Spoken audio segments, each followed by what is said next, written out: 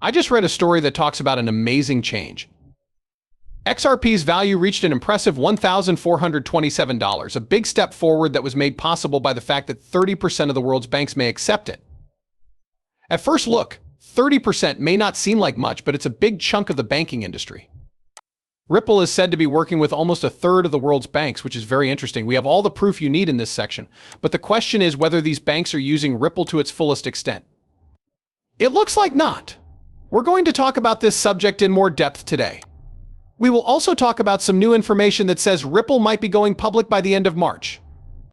As the end of March draws near, this move could send the price of XRP through the roof, reaching an unbelievable $8.97 in just over a month. Hi, Money Side family. Welcome back to the place where you can find everything about XRP. Before we get into the meat of today's post, let's quickly catch up. Please do me a small favor. Tap the like button, subscribe, and bell button to become a part of our wonderful group. Also, here's a heads up.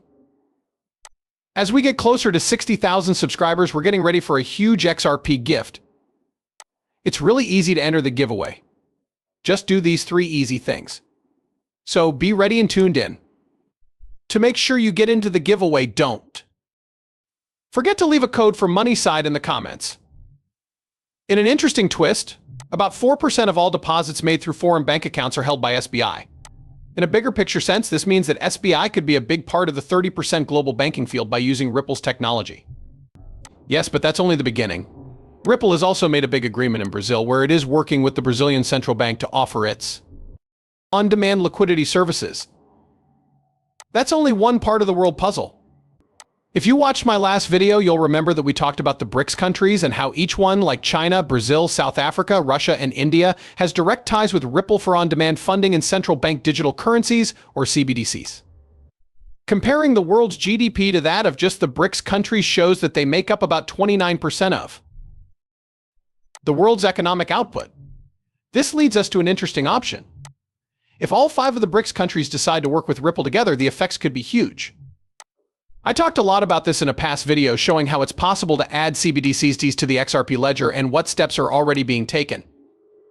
It's impossible to stress how important the XRP ledger is in this situation. It is a very important part of how the economy is changing. Because of this, the possibility for Ripple's technology grows even stronger as we look forward to the next bull market.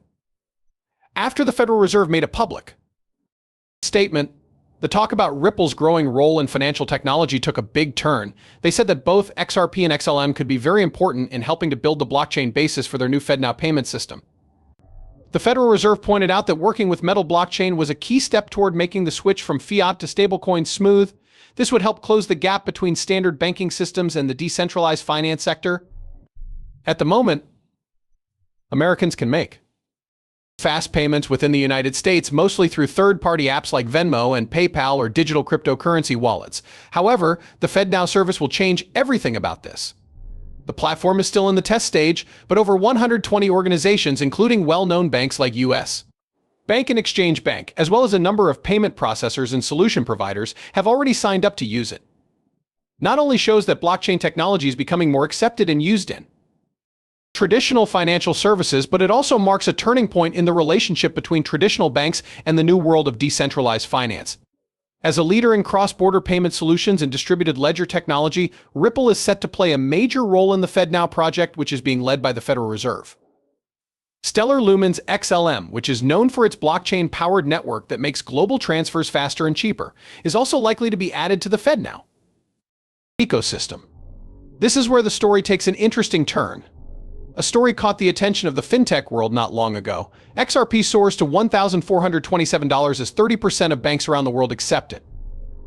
It's an amazing development that shows how blockchain and banking can change things. The story says that 30% of the world's banks are now using XRP for cross-border payments, which is what caused its amazing rise in value to $1,427. This amount of adoption shows that a huge number of people want XRP, which has sent its price to all-time highs. The rising value of XRP on the market is not only good news for Ripple, but it could also be very good for buyers. The story gets more interesting when it's revealed that XRP's market share is almost at or above 30%, which points to even wider use in the world's financial systems. In a shocking development just 6 days ago, it was said that XRP transactions could go over $1.20. quadrillion, which would make its price possible $10,000. Today is a huge change because financial institutions are starting to use the XRP system and its digital assets in more ways. The news is out, and no one can change it. The buyback scheme from Ripple is no longer just a guess. It's becoming real faster than anyone thought it would. Ripple Labs, the company that created XRP, is not only thinking about buying it, it is already doing so. As pointed out in a recent story, Ripple starts a large buyback and retires nearly 1 billion XRP. This shows that a lot of people are sure about XRP's value and its future in the financial world. The story gets more complicated when it comes out that the Federal Reserve is not just watching from the sides, but is very interested in making XRP a central part of global payment systems. If central banks around the world start using XRP more widely, its value could skyrocket to between $12,000 and $22,000 per coin. This huge increase in value shows how XRP has the ability to completely change the way global finance works. It has also been confirmed that Google's insights are in line with this path, which supports the Federal Reserve's plans to use XRP as a global payment option because it is so flexible. This set of events is a big step forward for Ripple and XRP. It puts them at the forefront of financial innovation and could change the way payments are made around the world. As promised, we have some shocking papers that were leaked and are about to tell you about them. There are more and more signs that the Federal Reserve has been interested in XRP for a while now. Just a few weeks ago, the Federal Reserve said it would accept XRP around the world, which is in line with the ISO 4217 standard. This big plan was supposed to be put into action by the end of 2023. But there were delays that weren't expected. As a result, XRP wasn't widely used as a legally recognized currency right away after regulators gave the go-ahead. Now, XRP is mentioned with other well-known currencies like the US dollar, the euro, the British pound, and the Canadian dollar, which are all issued by governments or central banks. But the story gets more complicated when it comes out that the Federal Reserve wants to use the XRP digital asset. Insights from Google Reader show that Kikuchi, a government figure, says that XRP's public chain should be used to make a sidechain. Kegi, an expert, says that this plan would let Federal Reserve funds work directly with new ideas in the private sector. This would make it possible for people to work together and make huge strides in technology. This is just the start. The head of the U.S. Federal Reserve, Jerome Powell, has made it clear that big investments are being made to create new independent settlement systems in the U.S. This means that financial technology and digital assets are about to go through a transformative time. Do not forget that I am not a professional financial advisor. The information in these movies is only meant to be entertaining. Before making any financial decisions, I always tell my viewers to do their own study and talk to professionals. Thanks for listening. Do not forget to hit the follow button and give the video a thumbs up if you liked it.